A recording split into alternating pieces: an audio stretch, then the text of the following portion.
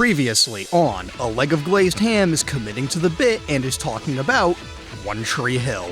Anyways, speaking of Peyton, she and the boy be talking when he helped her deal with the whole Peyton's mother situation. Speaking of bullshit, Peyton and Ellie meet again. It was with drugs. Looks like divorce is back on the menu, boys. Let's go, political conflict! Also, Deb just drops that she tried to kill Dan, not Keith, which means he killed his own brother for nothing.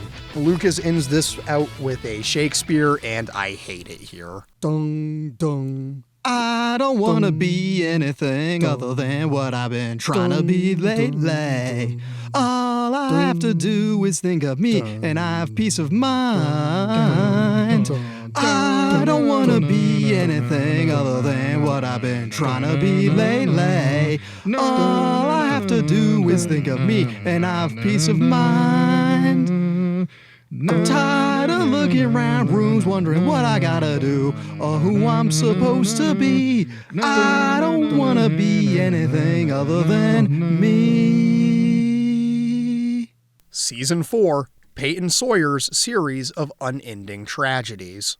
Episode 68 out of 187. It's time to resolve the car crash cliffhanger from last season. Of course, they both got saved thanks to Nathan and some delayed help from Lubisky and the ghost of Uncle Keith. So Nathan, Uncle Coop, and Rachel are all hospitalized, and after that cold open, it's intro time! I mention this now because this season is the last time we get the original intro, so make sure to make every time it plays count. It'll mean more to you than you'd expect.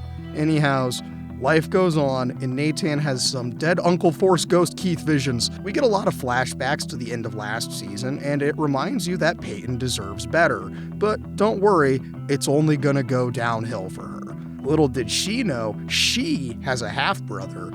Surely nothing will go wrong here. I mean, there's no way he'll die too, right? I mean, we're kinda running out of family members to kill here, so there's no way they'd kill him too after he's been introduced, right? Anyways, we're treated to the Tree Hill hospital scenes, and thankfully this isn't the end of Evangelion, because that hospital scene is bad enough, but at the rate this show goes through the hospital, there'd be way too many of those. I guess my end of Evangelion comparison was warranted because Dan tries to choke out Deb in the hospital. Nathan and Jaylee Hames get home from the hospital, and all is well. Thank God Rachel is still trapped in there because she's got a new target, Nathan. Rachel will never change. Ever since she was introduced, she couldn't keep her hands off of the Scott family. She'll never change! But she's being nice to Brooke, probably for her own financial gain, which is very ironic. Anyways, Lucas and Peyton are just hanging out, but then the mention of Brooke kind of sours the mood. But then it's about the brother we've never seen. Then Brooke shows up and kicks Peyton out. She and Lucas talk and has nothing he can say, so it's all over for them. Let's fucking go, finally! Lucas asks his mom how she got over Keith the first time, and she doesn't want to give him an answer. We get some sad sack of shit Lucas narration, a shots around town montage, 2000s music, and uh-oh, both Dan and Deb are armed and dangerous. Things will shortly get completely out of hand. I can feel it in the rotten air tonight. Also in the air is pregnancy, because it turns out that both Jaylee Hames and Karen are pregos. Good for them. Also, Lucas is trying to get Coach to recruit skills for the team since he can't ball. Since Lucas can't ball. Sorry, I haven't looked at this script in a while, if you can't tell, so, past me was doing a damn fine job of this. Anyway, he could have gone pro if it hadn't been for the HCM, but he started writing a novel, so he's based and I forgive all of his sins. We end with him visiting Peyton to comfort her since they're just friends and nothing more.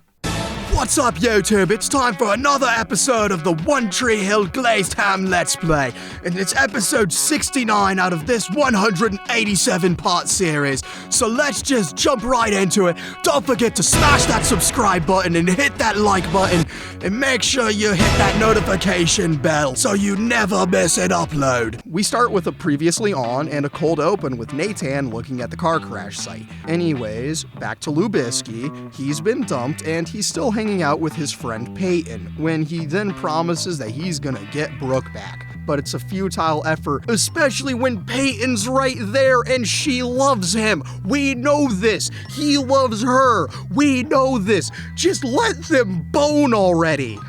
God. Cooper wakes up and he tells Rachel to get the hell out, and you know what he really should have said is, "You should kill yourself now. Your life serves no purpose." Sorry.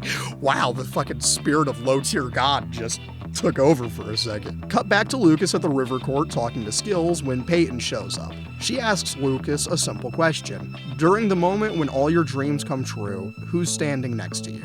And he foolishly answers Brooke.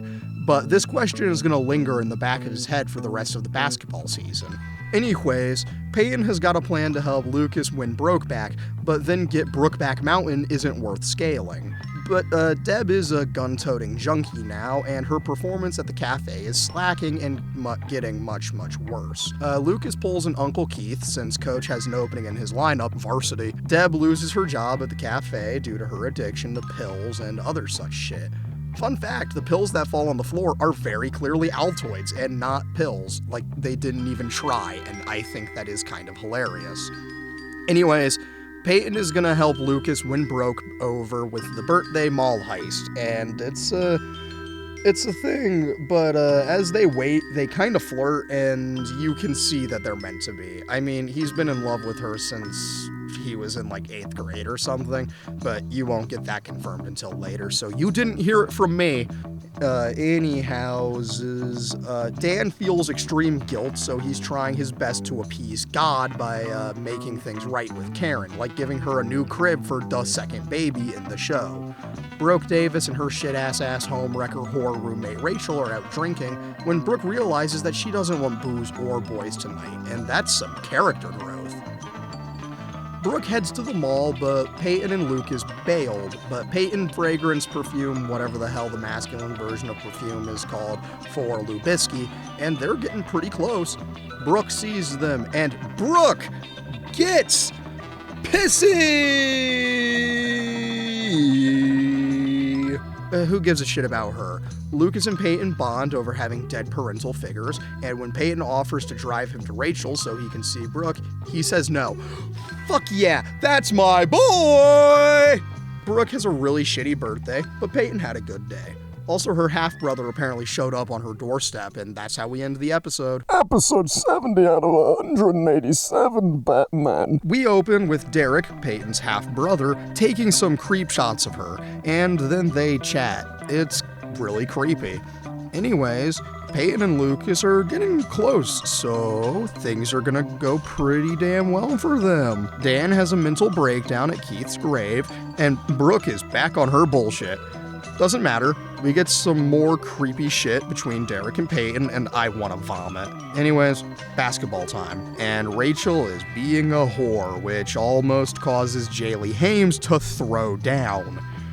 Anyways, Skills gets his first game in as a Raven, and he's straight up ballin'.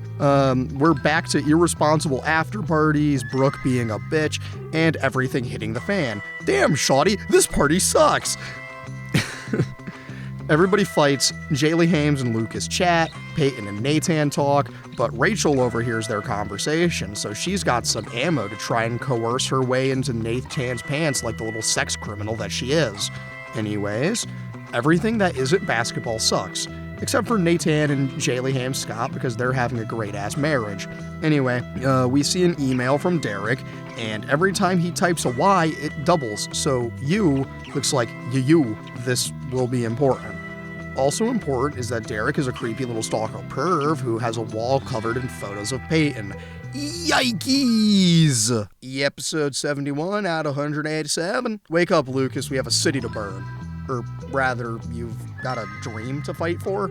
Anyhows, Derek is a creep, and Lucas spots this shit from a mile away, but Peyton's a little too trusting, which is very out of character for her. Everyone thinks that Brooke is pregos for some reason, and so she's getting harassed into joining the Clean Teens Club, which is all about deciding to remain celibate, and the leader is kind of a bitch, I'm not gonna lie to you. Anyway, Nathan sold the car for rent money and got a motorcycle, then got into a motorcycle accident. Jaylee Hames wants him to get his car back now. So tonight there's going to be a show at Trick starring Lupe Fiasco, who is most notable for his feature verse on Kanye West's Touch the Sky, which is a banger track from Late Registration. The club night goes a little funky, especially since Derek utilizes his knowledge to screw over Lucas and Peyton by using the fact that everyone thinks that Brooke is pregos, when in reality it's Jaylee Hames, as we know. Nathan then unintentionally makes a super rude comment to Jaylee Hames, and oopsie, everything kinda sucks. Then Lucas tells Peyton that Derek's a dirty lying bitch, and she's trying to have hope, and her jacket got jacked. By whom? That's right, Derek. Then Jaylee Hames visits Lucas and tells her that Brooke isn't pregos, she is, and he's ultra relieved. He comforts her, tells her that everything's gonna be okay since this little kid's gonna have the greatest uncle to have ever uncled. Then we cut to and see that Derek hired a prostitute that looks like Peyton, and he shoots her in the leg to get some gross fetish pics. Yikes, man. Also, Rachel can't stop lying to Nathan about having seen the bodies in the water, all in vain to try and win him over. And by bodies in the water, well, let's just say, Force Ghost Uncle Keith. Episode 72 out of 197. Lucas goes to the hospital with his mom for her pregnancy checkup, and as he heads out, he walks past the prostitute who's been shot in the leg. She won't tell him what happened, but she throws Peyton's jacket at him so he'll look real good bringing it back to her. Nathan's been accepted to Duke University, and then Jaylee just drops the "I'm pregnant" bomb on him. He's understandably confused and lost since he didn't know. Luke gives the jacket back to Peyton and tells the grand tale of the hospital prostitute that we know was hired and harmed by Derek.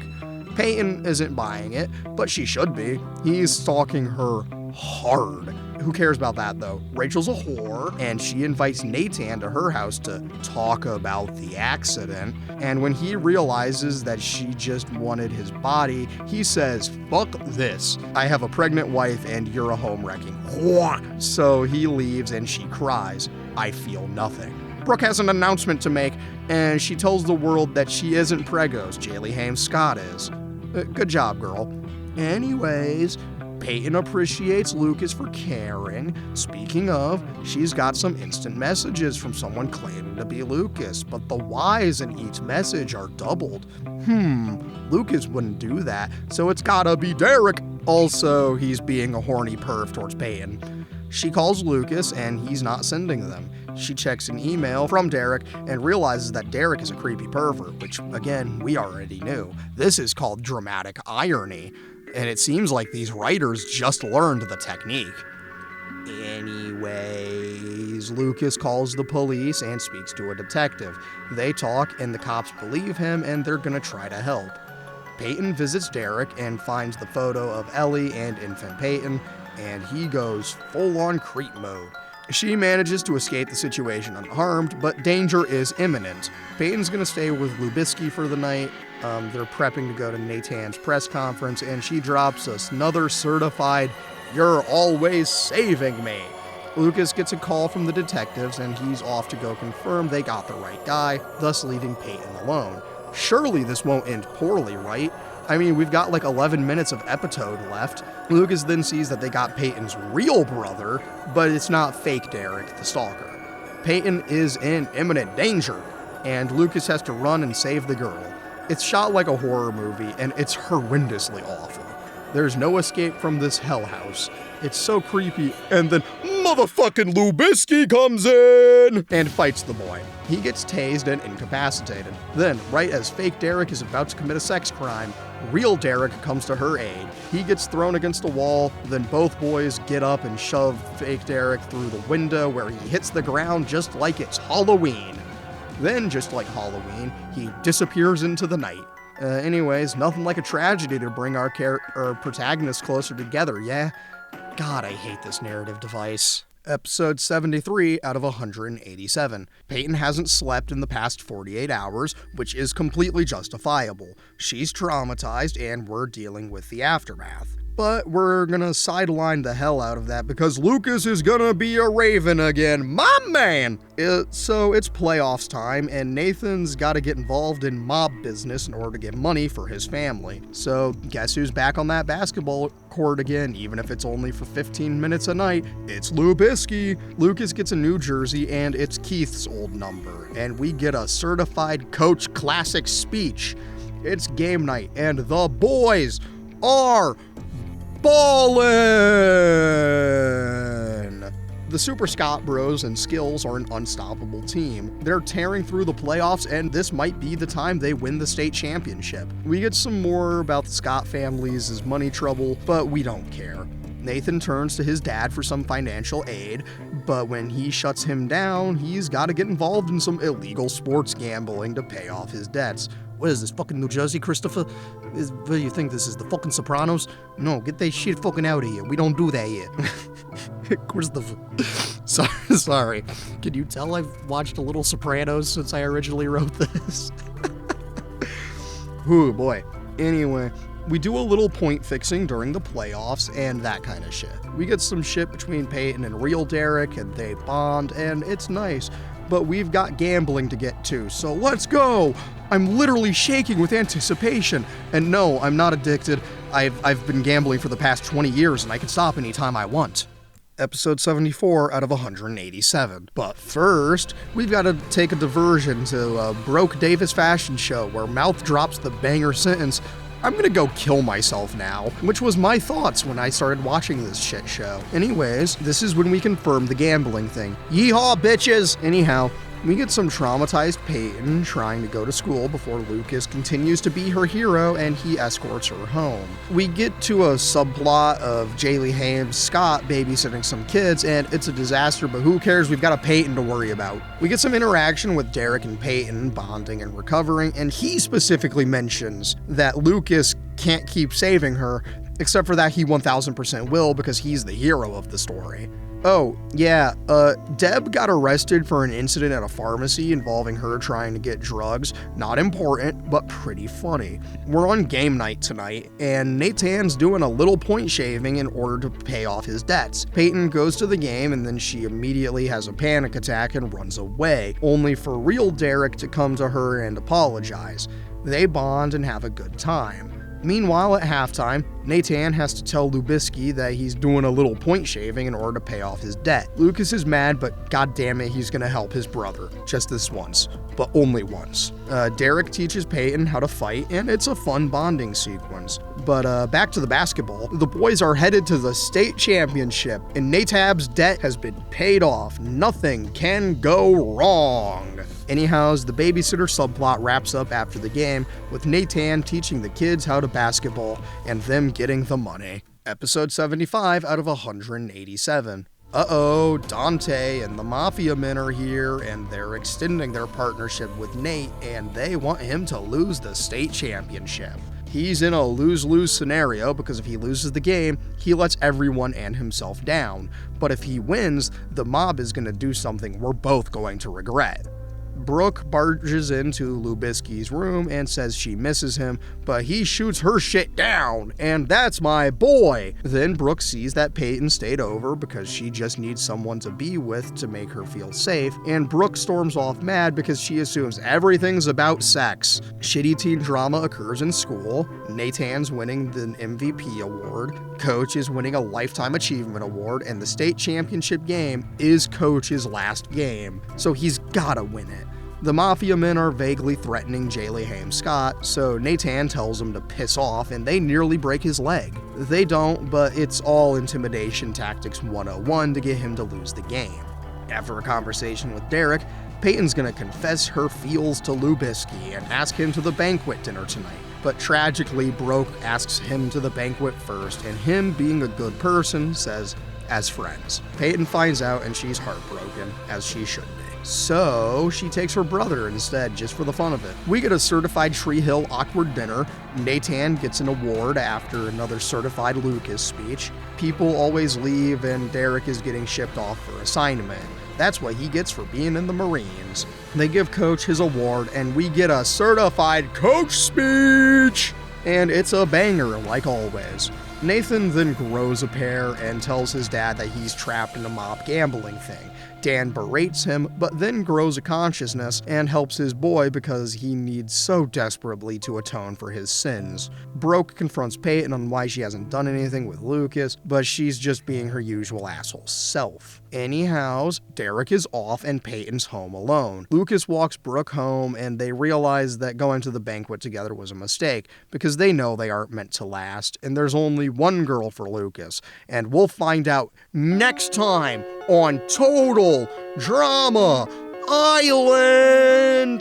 Just kidding. Lucas goes to see Peyton, he tells her it's over between him and Brooke, and she confesses to our boy! And then we get the cliffhanger. So next time on Total Drama Island! For real this time. Alright campers, it's time for episode 76 out of 187. It's time for the state championship, and we get a cold open saying we lost the championship and everything is going to shit. To resolve our cliffhanger though, Lucas just kinda walked out. He just didn't know how to respond. Nathan then tells Lucas that we can't win due to the money, and Lucas tells him that ain't gonna happen.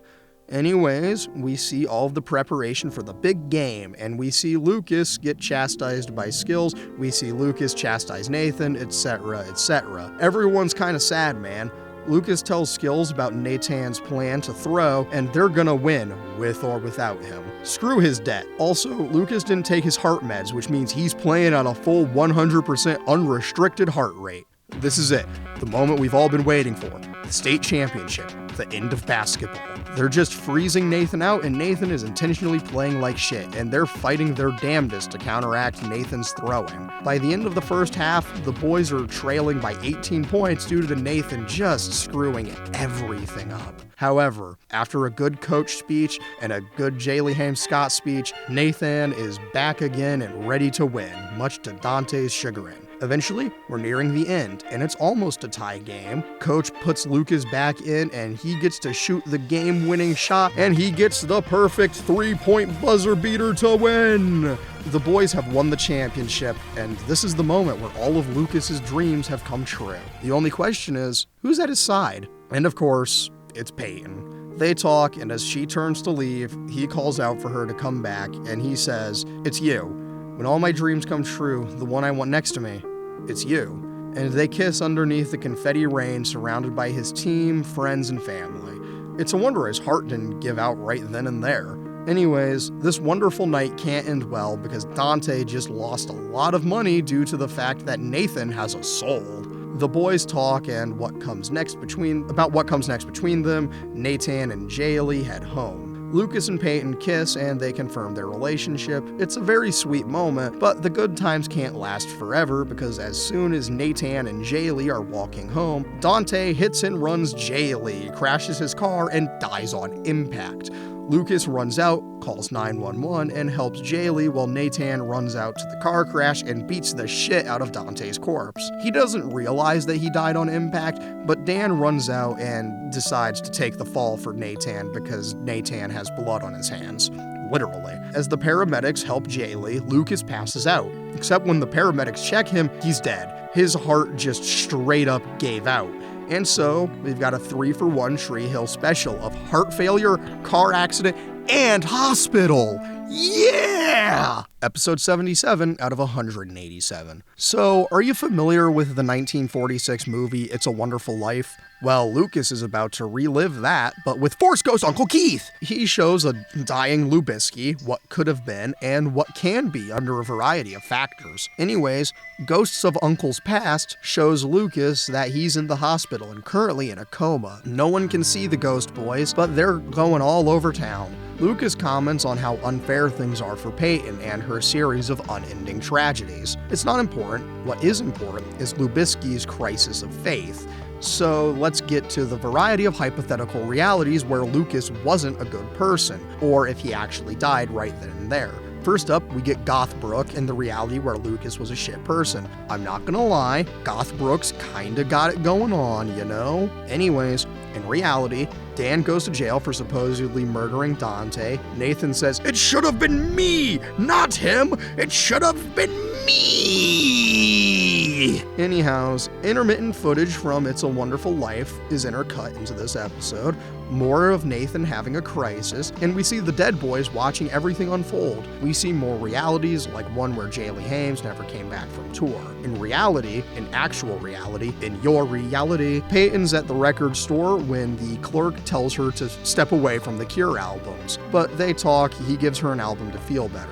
Hospital shots to check in on the bodies. Lucas looks at himself. Lucas and Force Ghost Keith talk about Mom. He chastises him for not taking his meds. Keith shows him the reality where he never wakes up. Before that, Keith shows Lucas where he was murdered and reveals that the truth is Jimmy didn't kill him. Snap back to reality, and Broke and Peyton are being friends again, and in Limbo, we see that Peyton would have died if Lucas hadn't gone in to save her during the Jimmy incident. Also, Goth Brooke is there, and she's pretty, I'm not gonna lie. We're back at Keith Scott Body Shop, reminiscing over the first time we saw the Peyton sketches that got Lucas to keep playing b-ball. Speaking of Peyton, she's by Lucas's bedside in the hospital, which mirrors Nathan by Jaylee Hames Scott's bedside. Anyhows, it's time for Dan to get a dead brother Force Ghost visit, and they're talking about how Danny's got to admit to his crimes, but he's too stubborn to admit to that. Force Ghost Keith does a little trolling, and Dan has a full-blown mental breakdown when Ghost Keith says he forgives Dan. Blah blah, more shots of remorse that Lucas and Ghost Keith observe, and hey, Jaylee Hames Scott is awake now. The Ghost Boys go visit Keith's grave, chat a bit, and most importantly, we see what happened if Lucas never wakes up from his coma. It's his grave, and a little old lady visits and lays a bouquet of roses, and after the funniest morph effect I've ever seen, it was old lady Peyton, who never moved on and remained loyal to the boy. If it's not obvious that these two were meant to be together, this should clarify everything, even to their shitty 2000s teen audience. After this revelation, Lubisky decides it's time for him to go, and he finally gets to say goodbye to Keith. And after they hug, bitch, he's back out, he coma! He's ready to solve the murder of Keith Scott. Episode 78 out of 187. Lucas is back at school, and Peyton's right there with him. They kiss in the hallway, and then this special moment is interrupted by seeing Broke Davis, and then they walk to class together. Pretty based. Anyways, Dan gets a visit from his lawyer, and he says he wants to plead guilty and then walks off. He finally grew a consciousness or something. Crazy. Shit happens, but inevitably Dan gets off because Dante from Devil May Cry died on impact, as was revealed by the coroner's report. He's immediately off to a press conference to say that he'll continue to be mayor for as long as the people of Tree Hill will have him, and all is well. More dramatics do occur, and I don't care.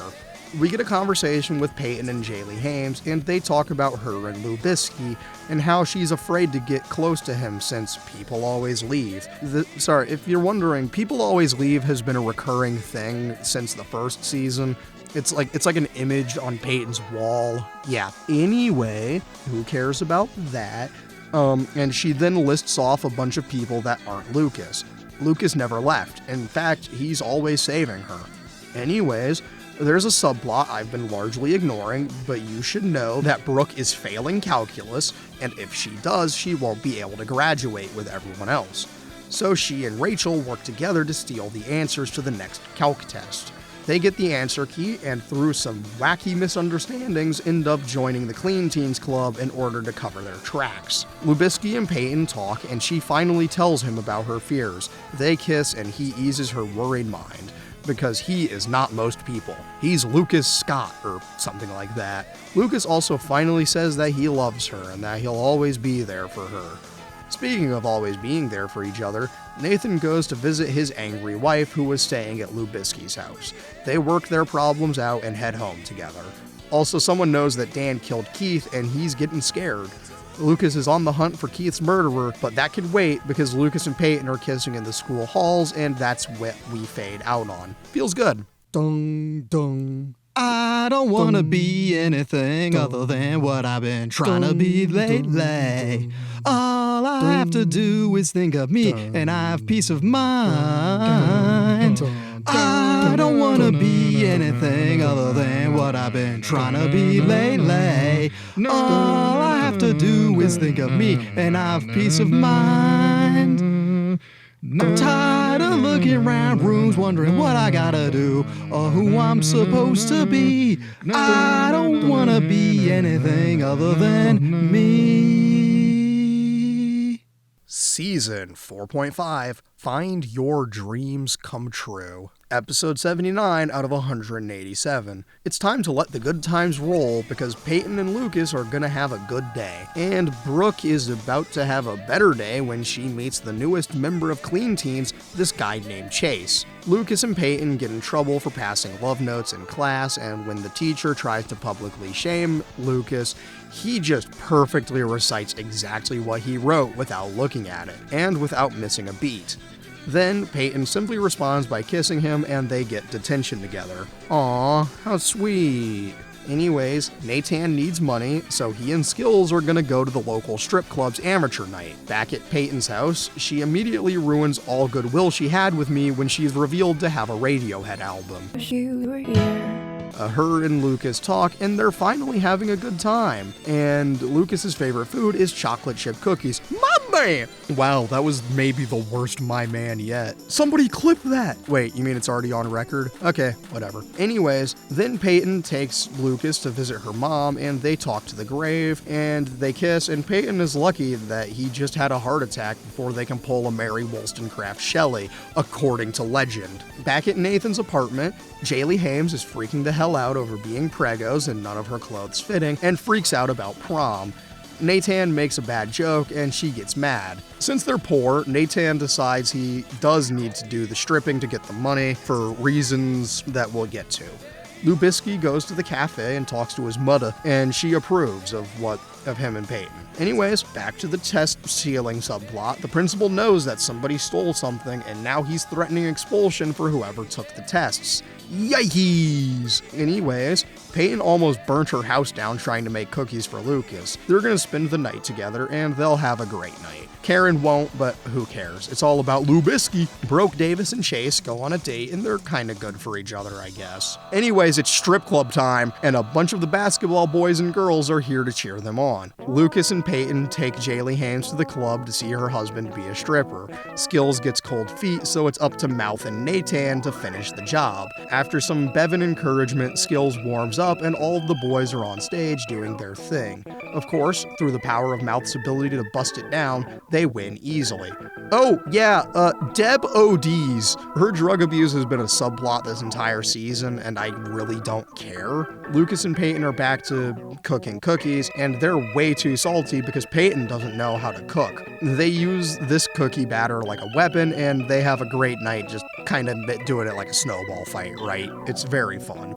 Anyway, Nathan uses the money that he got from stripping to buy a prom dress for his pregnant wife, and they have a great night. Brooke has a good sexless night with Chase, and she heads home. Back to the cookie-splattered house, Lucas and Peyton end the war and make out on the kitchen floor. Episode 80 out of 187. The seniors are in class, and they have a little fun bonding exercise where they get to know each other after being randomly assigned. We follow everyone in their fun little adventures, including everyone bonding, and Rachel smoking weed in the bathroom while berating Bevan for no reason. Broke lied to Chase or something, but now she admits to her crimes around stealing the test, and don't worry, she'll and Chase will get close later. Lucas's journey with the emo girl is something. Nathan and Peyton are friends again, as Skills and Jaylee Hames Scott's conversation is great, Broke and Chase are getting close, etc., etc. This is when we reveal that Lubisky is writing a novel, and by the end of the day, he and that emo girl have become unlikely friends, and she'll be the first person to read his first draft. Anyhows, Jaylee Hames Scott realizes she's gonna be a teacher, and everyone else goes through a bunch of other shit that we don't care about. We do get a picture of Lucas in emo makeup, and I'm not gonna lie, it definitely does something. Episode 81 out of 187. We open with Karen watching old home movies of baby Lubisky. Anyways, it's almost prom time. Glinda, the emo chick from the last episode, wants to talk to Lucas about the book, and he's next to Peyton. Peyton doesn't know about the book, so he lies and says they were talking about, you guessed it, The Great Gatsby. I'm in a purgatory of my own creation and I cannot escape. Anyways, speaking of you can't escape, Brooke has to pass a calculus pop quiz if she wants to prove her innocence, and against the grain of dystopic claims, she passes. So Lucas and Dan go shopping for tuxes, and Dan buys him the suit outright, because apparently every boy should own his first suit. But who cares, right? Anyhows, since Rachel took the fall for Brooke, it cost Jaylee Hames Scott her tutoring job. Kinda cringe, but she gets punished for someone else's sins, and whatever. Lucas breaks the news to Peyton that he's writing a novel, and they start making out. Then Brooke comes in, and things get awkward because she just wanted to talk to Peyton about getting the rights for the drawings that she used for her clothing brand, and Peyton just signs away her rights like it's nothing. Also, Brooke 100% is about to become Brooke again, since Victoria's Secret is franchising her clothing line. At a pre-prom party, Rachel gets thrown out, thank God. Lucas and Peyton head upstairs to an empty bedroom. Rachel lied about the math thing to keep Brooke safe, and this forced character redemption does not work. We still hate Rachel in this house, and suddenly Rachel in Life is Strange Before the Storm makes sense. In the bedroom, we get Lubisky and Peyton are about to finally bone, since Peyton has the same heart boner for Lucas that Lucas has for her. Anyway, downstairs during the party, someone busts out the VHS tapes, and oopsie, Nathan was a little porn freak, and a long time ago he made a sex tape with Brooke that they both forgot about. And now it's out in the open for all the guests to see. Lubisky and Peyton, who were just about to have a real good time upstairs engaging in Funky Town shenanigans, get interrupted by the tape, and we have lost cabin pressure. The plane is crashing. Episode 82 out of 187. We get a flashback to 2 years ago and get the full story of the sex tape, and it turns out that Nathan slept with Brooke while he was still with Peyton. And since you want to act all high and mighty, who's the cheating bitch now, Brooke? Back to reality, Peyton bitch slaps Brooke, and we hard cut into the intro. Beautiful, no notes, perfect. The greatest thing you've ever seen. Anyways, Lucas goes to visit Brooke since she's his friend, but they'll be fine. Who won't be fine is Nathan, since Jaylee Hames Scott is losing her goddamn mind. Lucas then visits Peyton, and she gets just a tad pissy that he visited Brooke first, even if it was just how his route worked. Nathan visits Brooke, and they've got to discuss what occurred. The decoration set up for prom begins, and now Jaylee Hames Scott has to learn the hard way that Nathan Scott was a whore. Jaylee Hames then asks Nathan for a list of every single woman he slept with, and he begins to make the list. Every girl in Tree Hill is angry. Peyton's not angry with Lucas, except he screws things up by trying to be a good person, and he helps her forgive Brooke. So scratch that. Everyone's life is just falling apart at the seams, so nothing is going well for anyone. Prom is approaching fast, like it's in hours from now, and no one can enjoy things. Lucas visits Jaylee Hames, and she's still a bit screwed up, and they argue a bit, but it's what it is. Oh, yeah, since Rachel got expelled like yesterday, she's heading off tonight. Cuts Peyton, and Brooke Davis is egging Peyton's house, and they get into a heated argument, and the girls are fighting!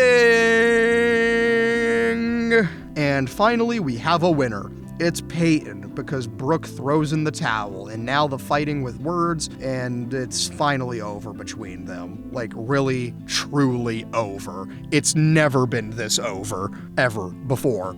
You've never seen shit be this over, baby! Lubisky then visits a very sad Peyton, who says she's no longer gonna go to prom. He then pulls a smooth move and says he's gonna be there to pick her up regardless, and he knows she'll look beautiful, etc., etc. Back to Nathan, he gives Jaylee Hames a list of every girl he's ever been in love with, and it's only her name. But just in case he did actually write the other list, because yeah, that's actually kind of a funny move. I won't lie to you, I do think that move is kind of funny. So Lubisky helps his mom pick a prom dress, and she's gonna chaperone. They chat, and all is well between them. Nathan visits Peyton, and he's here to apologize. They talk, and blah blah blah. She goes and gives Brooke her prom dress back. She stole it earlier, that's part of what they were fighting over. And all is well. Brooke then goes and retrieves Mouth to be her prom date, and it's nice, good for him. Nathan and Jaylee Scott make up, and all's well for them.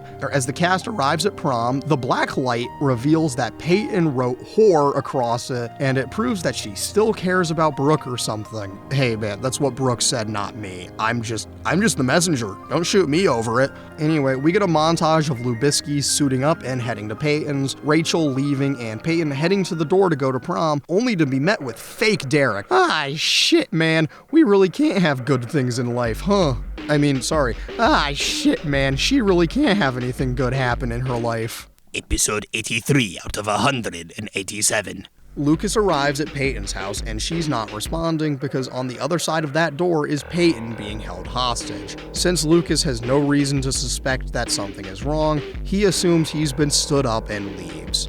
We'll be spending most of this episode in a nightmare horror sequence, but we do have some other stuff going on this episode. So, Nathan and Jaylee are on their way to prom when their car breaks down. But back in the basement, we see Peyton tied to a chair and gagged. Fake Derek now looks more like fake Lucas, and it's a real fucked up little sequence where he explains how he avoided jail time and what he plans to do tonight. It's a private torture prom or something. At actual prom, we see a sad and lonely Lucas, as the song from Napoleon Dynamite's prom sequence plays, is approached by Brooke. She's gonna head to Peyton's and figure out what the hell went wrong.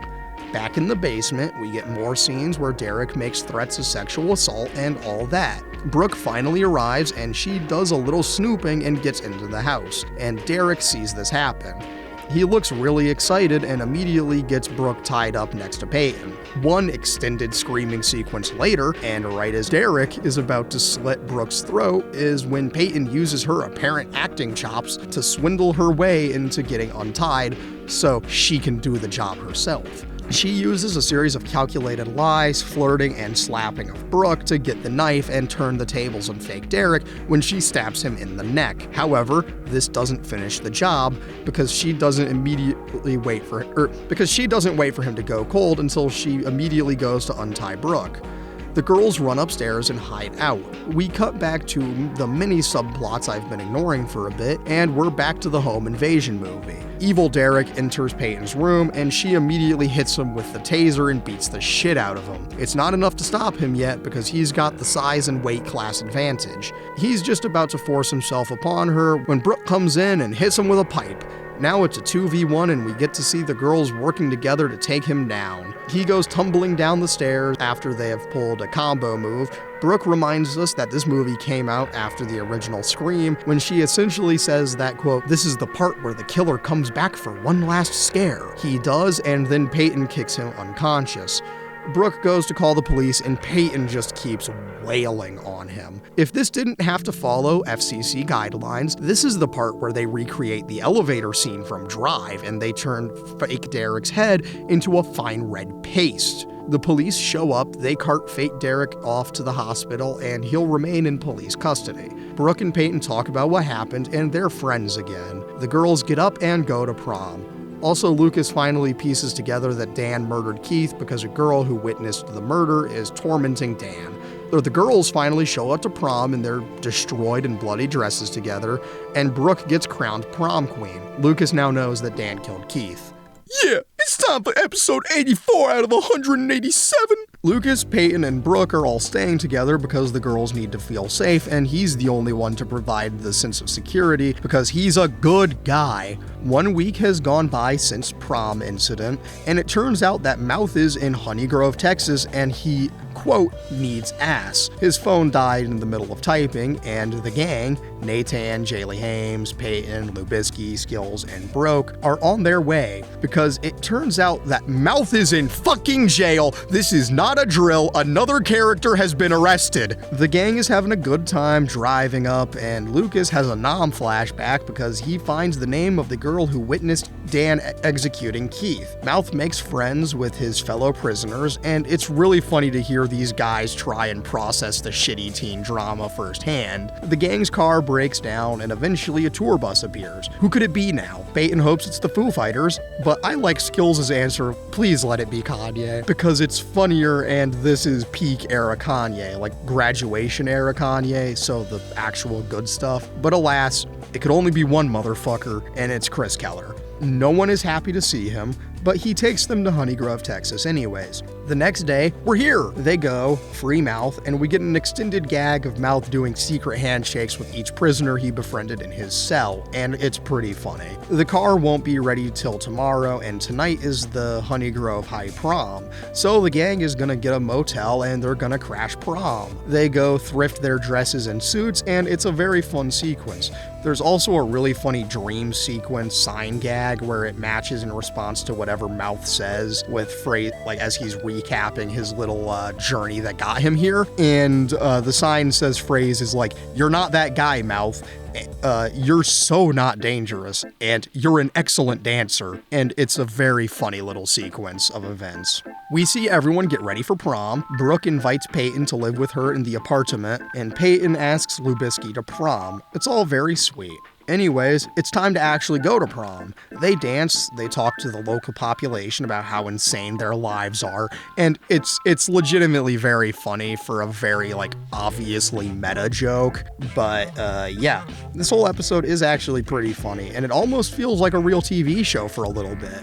During the slow dance, Peyton and Lucas start kissing. Jaylee Hames Scott tells them to get a room, and wouldn't you know it, they go and do just that. Brooke admits to Jaylee Hames that she's the one who stole the test, and they're having a real bad time now.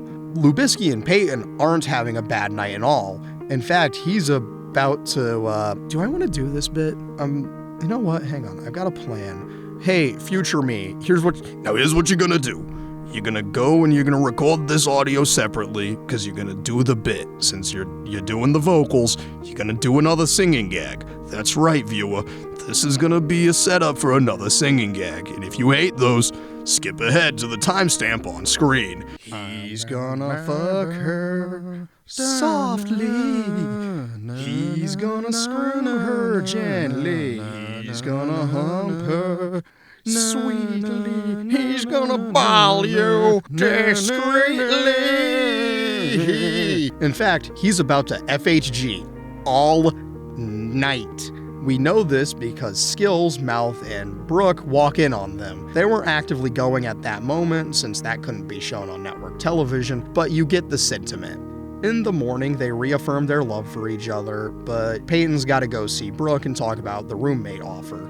Chris Keller interrupts, but Brooke shits his shit down immediately, and the car is here. Brooke tells Jaylee Hames that she's gonna tell the principal, and Jaylee is like, "No, I forgive you, but don't tell him you won't graduate with all your friends." Once again, Chris Keller is out of the show, thank God. The gang heads home, and everyone's friends again. Once home, Peyton and Brooke move in together. Lubisky goes searching for the girl who witnessed Dan, and Lubisky is under investigation for points shaving. Also, yikes, Dan found the girl before Lubisky could.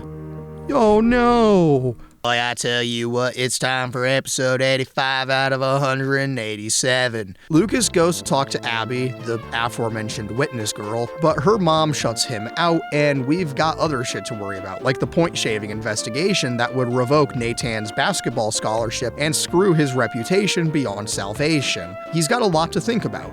You know who else also has a lot to think about? The very traumatized Peyton. She decides to go make sure and confirm that fake Derek is actually in prison.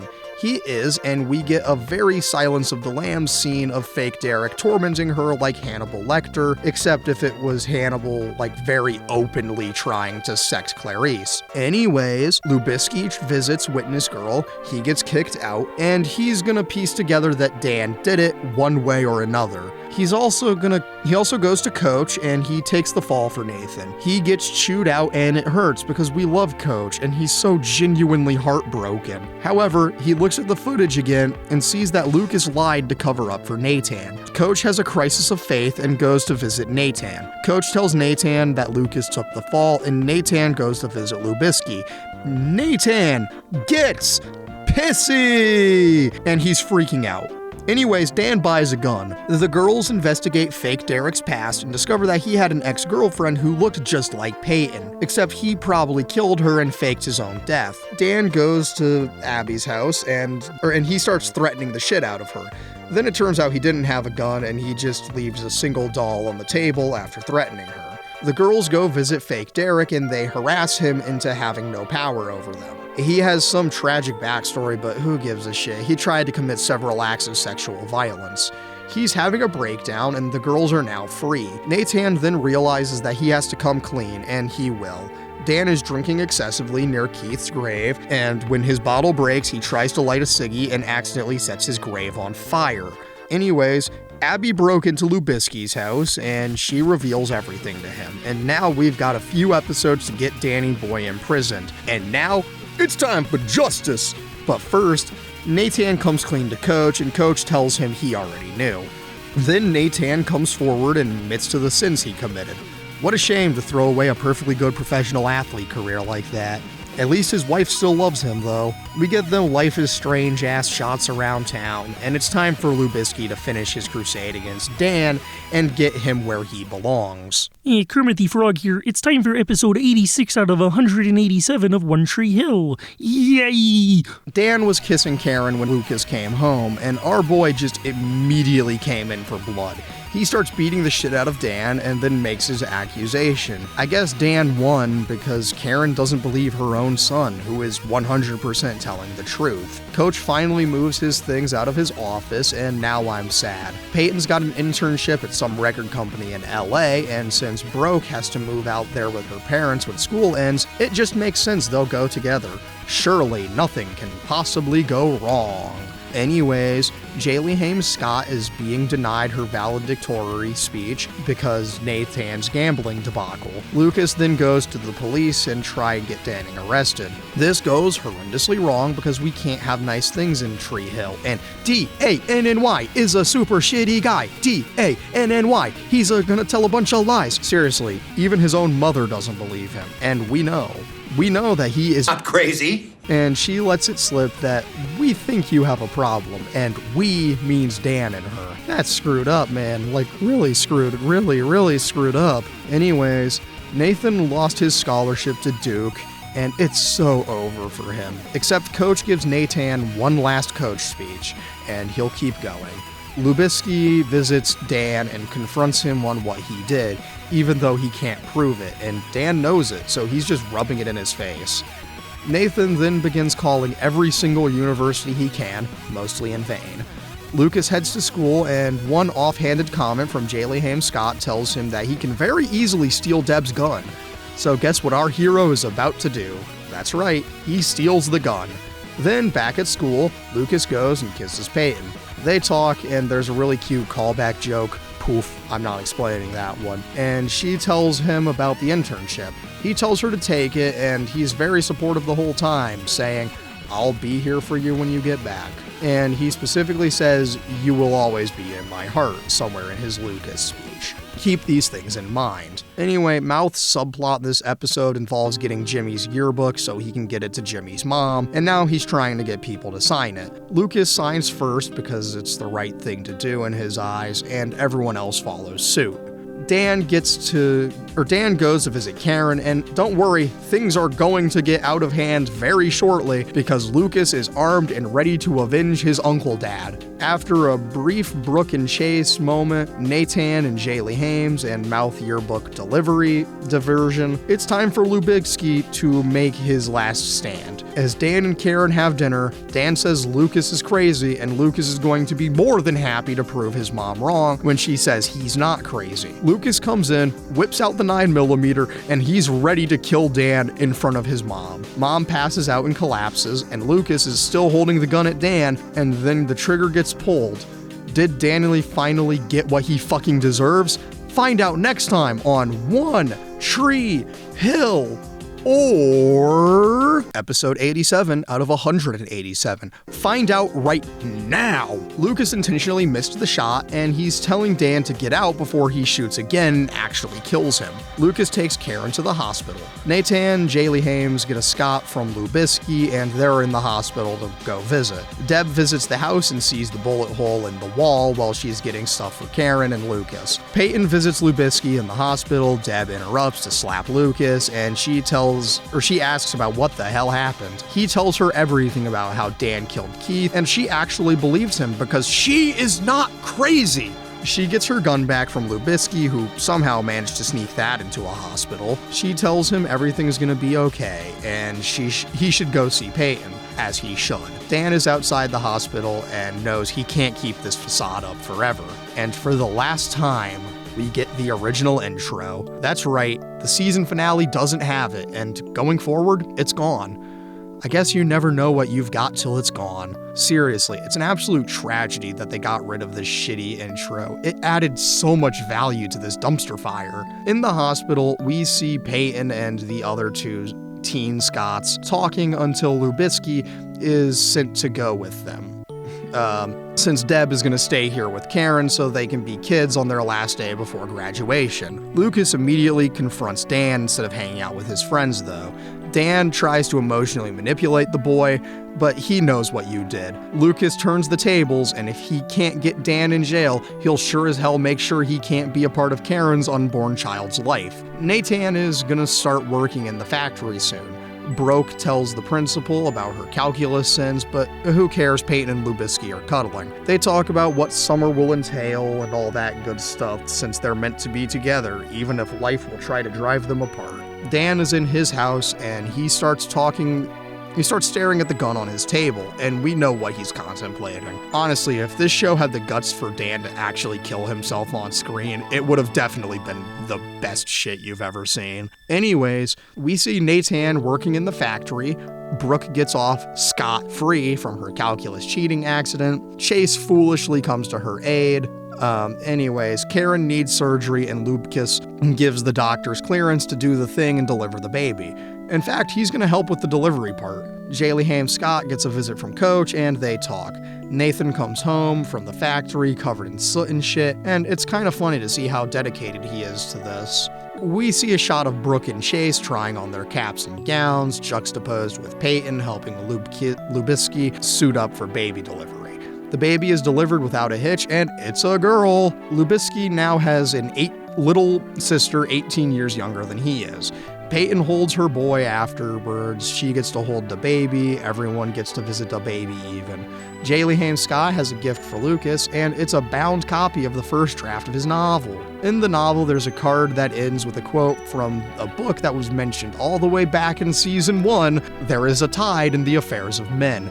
And that's right, it's Julius Caesar. I told you it was going to be relevant again. I mean, I didn't predict that it would be after 50 plus pages of script from when I said that, but life is odd like that. Deb tells Nathan that Dan killed Keith, and they fight and whatever. Lucas and the whole basketball cheerleader gang go to graduation. Nathan confronts Dan, and he's got to admit to his sins, or lie to his son even more than he already has. Nathan asks him to look him in the eyes and tell him he didn't do it, and that he knows he didn't do it, and that he loves him, and it's all in vain. There is no punchline anybody can tack on. Dan tells the truth for once in his godforsaken life, and Nathan is crushed, because deep down he still loved his dad. Nathan and Coach talk, and guess who's coaching at the college level now? That's right, Coach! My man will live to coach again! Anyhows, it's time for graduation, and they're graduating to the sounds of the Foo Fighters playing Times Like These. Jaylee Hames Scott gives her speech, and she conveniently goes into labor in the middle of it.